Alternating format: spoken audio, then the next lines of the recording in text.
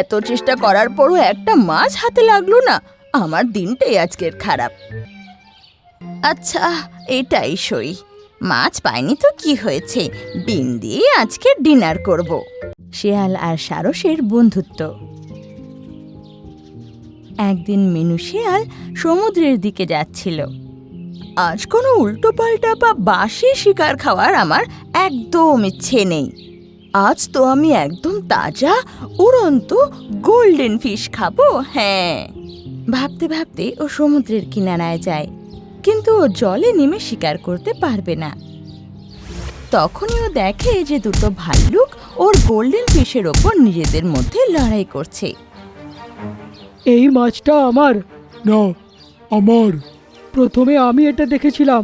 কিন্তু আমি প্রথমে ঝাঁপিয়েছিলাম। ওরা সেই মাছটাকে মাঝখানে রেখে ঝগড়া করতে লাগে। তুই বাম দিক দিয়ে আসছিলিস আর আমি ডান দিক দিয়ে। তখনই আমি এটাকে দেখলাম। কিন্তু তুই পৌঁছাতে পারলি না, কারণ আমি এর পাশে ছিলাম। ওরা দুজন ঝগড়া করছিল, কিন্তু তখনই মিনু শিয়াল ওর উপর লাফায় আর ওটাকে মুখে নিয়ে দৌড় লাগায়। আরে, ওকে থামাও। দুজনেই ওর পেছনে দৌড়াতে লাগে।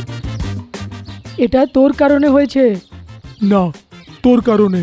না হলে এতক্ষণে আমি খেয়ে নিয়ে থাকতাম। আরে, এরা তো দেখছি আমার পেছনেই লেগে গেল। হয় কি করে পালাই এদের থেকে এখন। ও তখন সামনে একটা গুহার মুখ দেখতে পায়, কিন্তু ওটা এত ছোট ছিল যে ওই একমাত্র যেতে পারে। কিন্তু গুহা একটু উঁচুতে ছিল। ও গুহায় চড়তে লাগে, কিন্তু গুহায় ওঠার আগেই ওর মুখ থেকে মাছ ছিটকে বাইরে পড়ে যায় আর গড়াতে গড়াতে দুই ভাল্লুকের সামনে এসে পড়ে। মিনু তখন ভয় পেয়ে গুহার ভেতর চলে যায়। এটা আমার। এটা বলে একটা ভাল্লুক মাছটাকে মুখে ঢুকিয়ে ফেলে। তো দুই ভাল্লুক আবার লড়তে লাগে। ওদিকে মিনু গুহায় বসে নিজের ওপর রাগ করতে থাকে। এত চেষ্টা করার পরও একটা মাছ হাতে লাগলো না। আমার দিনটাই আজকের খারাপ। তখনই ওর নজর গুহায় রাখা একটা বড় ডিমের ওপর যায়। আচ্ছা, এটাই সই। মাছ পাইনি তো কি হয়েছে, ডিম দিয়ে আজকে ডিনার করব। বলেও সেই ডিমটাকে তোলে আর নিজের মুখের ভেতর রেখে নেয়। তখনই ওর গলায় সুরসুরি হয় আর ও মুখ থেকে ডিমটা বাইরে বের করে দেয়। ডিমটা মাটিতে পড়তে ভেঙে যায় আর ওর ভেতর থেকে ছোট্ট একটা পাখির বাচ্চা বেরোয়।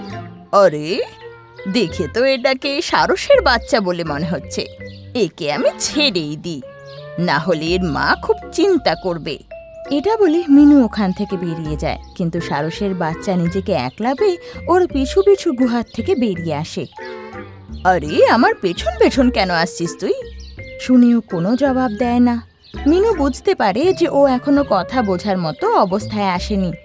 এই চোখ খুলে সবার আগে আমাকে দেখেছে, তার মানে ও আমাকেই নিজের মা ভাবছে। তাই মিনু বুঝতে পারে যে বাচ্চা এখন ওর সাথেই থাকবে আর ওকে পেছনে আসতেও আর মানা করে না, আর ওর সাথেই থাকতে লাগে। কিছুদিনের মধ্যেই বাচ্চা কথা বলতে লাগে, তাই মিনু ওকে রকি নাম দেয়। একদিন রকি মিনুর সাথে ঘুরছিল। তুমি একটু আসতে চলো। আমি যখনই তোমার সাথে ঘুরতে বেরোই অনেক হাঁপিয়ে যাই। আরে, তুই পা দিয়ে হাঁটিস তাই হাঁপিয়ে যাস। তোর তো ডানা আছে, উড়তে পারিস না কেন? কিন্তু আমি তো উড়তে জানি না, আর আজ পর্যন্ত তুমি শেখাওনি। ঠিক আছে, আমি যেমন করব তেমন করবি। মিনু একটা উঁচু ঢিবিতে নিয়ে গিয়ে ওকে বলে, নিজের ডানা ছড়া ঠিক আছে। আর এভাবে নাড়া। বলেও নিজের দুই হাত জোরে জোরে নাড়ায়। দেখে বাচ্চাও নিজের ডানা জোরে জোরে নাড়াতে লাগে। আর লাফা আর হাওয়ায় উড়ে যা।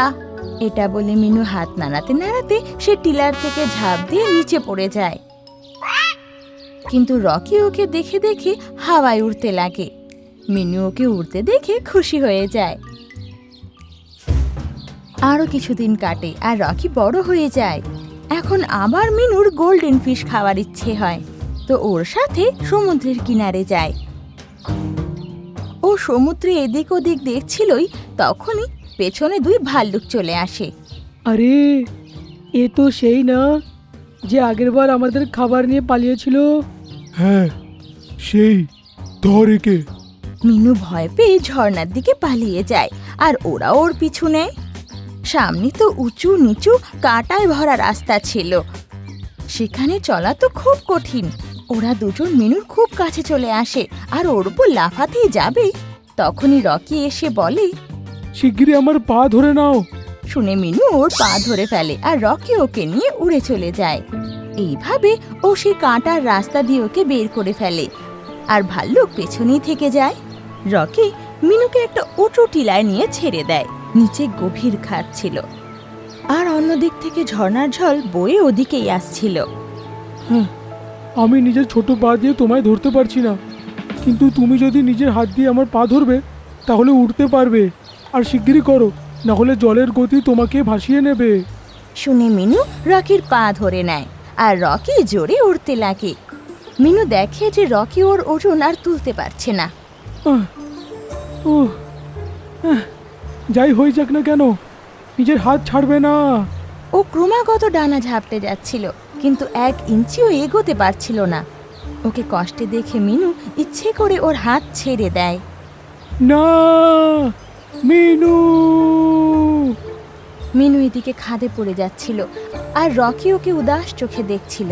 তখনই একটা বড় সারস আসে আর বড় পায়ে ওকে ধরে নিয়ে উড়ে যায় আর উপরের দিকে নিয়ে যায়। এই সারস ওর ওজন আরামসে নিয়ে নিচ্ছিল আর ওকে ঝর্ণা পার করিয়ে দেয় আর অন্যদিকে নিরাপদ স্থানে গিয়ে রেখে দেয়। তুমি আমার বন্ধুর প্রাণ বাঁচিয়েছো, তোমার কৃতজ্ঞ থাকবো। বাবা, আমি তোমার মা। তোমায় কত দিন ধরে খুঁজছিলাম, আজ গিয়ে পেলাম তোমায়। কি সত্যি তুমি আমার মা? হ্যাঁ, শুনি ও আনন্দে মাকে জড়িয়ে ধরে। তুমি আমার ছেলেকে নিরাপদে রেখেছ, তার জন্য অনেক ধন্যবাদ। আমি তোমাদের একসাথে দেখে খুব খুশি হয়েছি আর আমি আরো খুশি হব যদি তুমি তোমার মায়ের সাথে একই পরিবারে থাকো। আমি নিজের মাকে পেয়ে খুব খুশি, কিন্তু তুমি যা আমার জন্য করেছো সেটা কোনোদিনও ভুলতে পারবো না। তাই আমি কথা দিচ্ছি, আমি রোজ দেখা করতে আসব আর তোমার আমার বন্ধুত্ব সব সময় থাকবে। হ্যাঁ, কেন না? আমিও তোমার আসার জন্য অধীর আগ্রহে অপেক্ষা করব। আমি তোমাকে উপহার দিতে চাই। এটা বলে মা সারস সাগরে গিয়ে ডুব দেয় আর সেখান থেকে গোল্ডেন ফিশ মুখে করে নিয়ে আসে। এই নাও তোমার সব থেকে প্রিয়। শুনে মিনু আনন্দে গোল্ডেন ফিশ খেতে লাগে। এরপর রকি মায়ের সাথে আনন্দে আকাশে উড়ে যায় আর মিনু ওদের যেতে দেখে হাত নাড়িয়ে টাটা করতে লাগে। মিনু এটা জেনে খুশি ছিল যে রকি নিজের পরিবার পাওয়া সত্ত্বেও ওর সাথে রোজ দেখা করতে আসবে আর ওদের বন্ধুত্ব সারা জীবন থাকবে। তুমি কত নোংরা কালো কাক, তুমি আমার পুরো বাসাটা নোংরা করে দিলে। তো পরিষ্কার করে নাও মোটা পেঁপে, আমার কাজ তো হয়ে গেছে, এখন আমার তোমার সাথে কোনো মতলব নেই।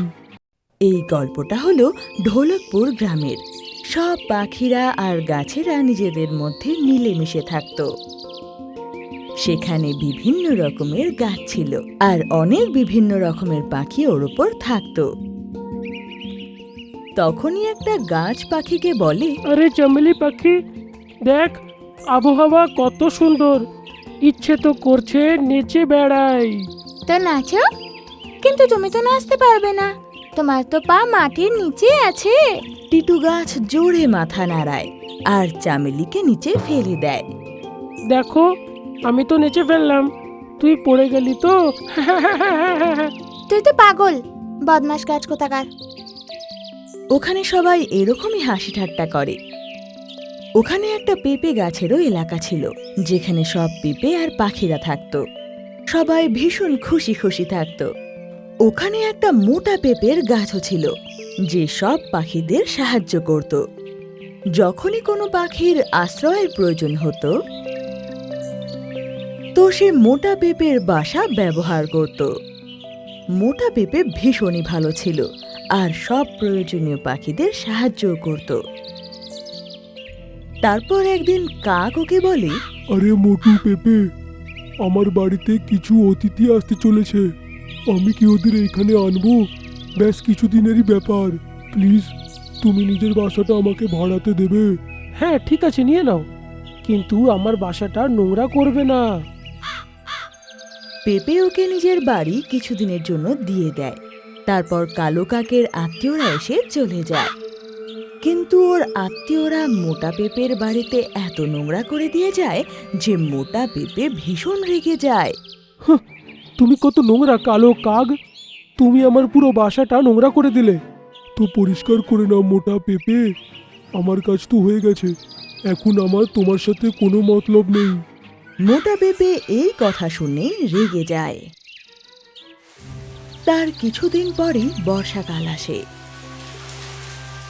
সব পাখিরা নিজেদের বাসা বানিয়ে নিয়েছিল, শুধু কালু কাক আর চামেলি পাখি বাসাহীন ছিল।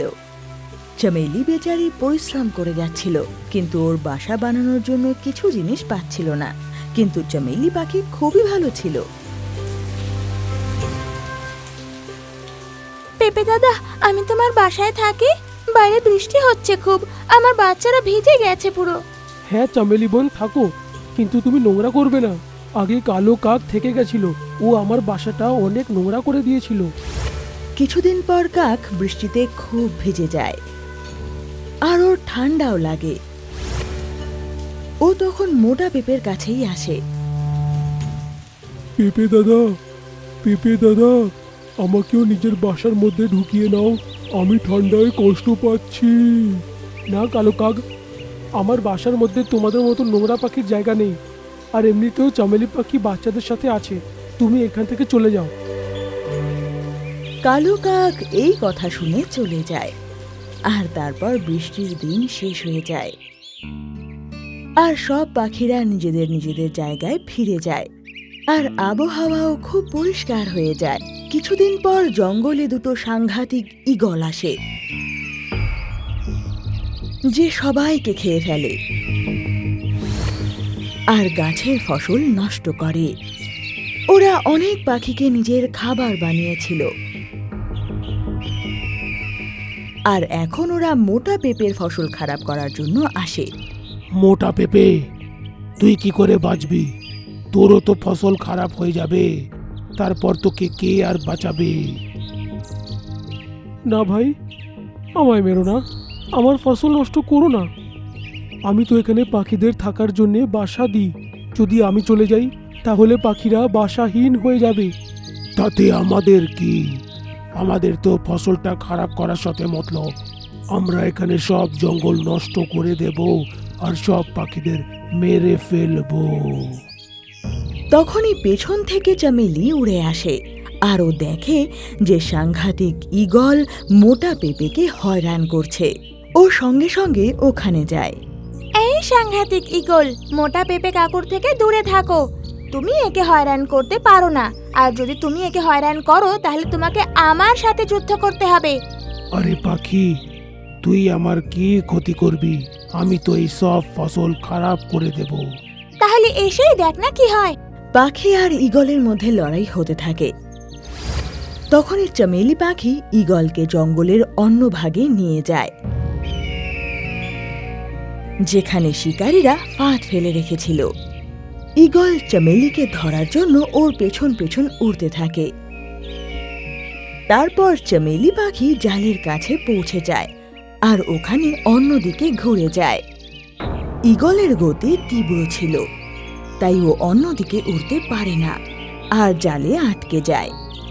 তারপর শিকারী ঈগলকে নিজের সাথে নিয়ে যায়, আর চামেলি পাখি আবার মোটা পেঁপের কাছে চলে আসে। চামেলি, তোমায় অনেক অনেক ধন্যবাদ।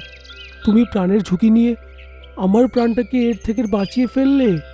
কোনো ব্যাপার না পেঁপে কাকু, তোমার যদি কিছু প্রয়োজন হয় সবার থেকে আগে আমাকে বলবে। তোমাকে কেউ আর এভাবে হয়রান করতে পারবে না। আর চামেলি, তোমার যদি কোনো সমস্যা হয় তাহলে আমাকে বলো, আমি তোমার সব সমস্যার সমাধান করে দেব। না, আমার আর এখন কোনো সমস্যা নেই মোটা পেঁপে কাকু। আমি এখন নিজের বাসা বানানোর জন্য কাঠ খুঁজতে যাচ্ছি, কারণ বৃষ্টির দিন আবার আসতে চলেছে যে। আরে চামেলি, তোমায় নিজের বাসা বানানোর প্রয়োজন নেই। এই তো তোমার বাসা, তুমি আমার বাসায় থাকবে। আরে মোটা পেঁপে কাকু, এটা তুমি কি বলছো? হ্যাঁ চামেলি, তুমি আমার প্রাণ বাঁচিয়েছো, এতটুকু তো তোমার জন্য করতেই পারি। তুমি এটা নিজের কাকার বাড়ি ভেবে নিও। যখনই তোমার মনে হয় কোনো সমস্যা আসছে বা বৃষ্টি আসছে, তখন তুমি আমার বাসায় রয়ে যাও, আর এই বাসায় শুধু তুমিই থাকবে আর কেউ থাকবে না। এটা আজ থেকে তোমার বাসা। তাহলে আজ থেকে তুমি আমার মোটা পেঁপে কাকু হলে? হ্যাঁ, সেটা আমি ভেবে নাও। আর মোটা পেঁপে আর চামেলি দুজনেই একসাথে থাকতে আরম্ভ করলো। ওরা দুজন ভীষণ খুশি হয়ে যায় আর অনেক শান্তিতে থাকতে লাগে। চামেলি নিজের বাচ্চাদের ওইখানে নিয়ে যায়। এই গল্পটা থেকে আমরা শিক্ষা পাই যে যা কর্ম আমরা করি সেটাই আমরা পাই। ভালো কর্ম করলে আমরা ভালোই পাবো, আর যদি আমরা খারাপ করি তাহলে খারাপই পাবো।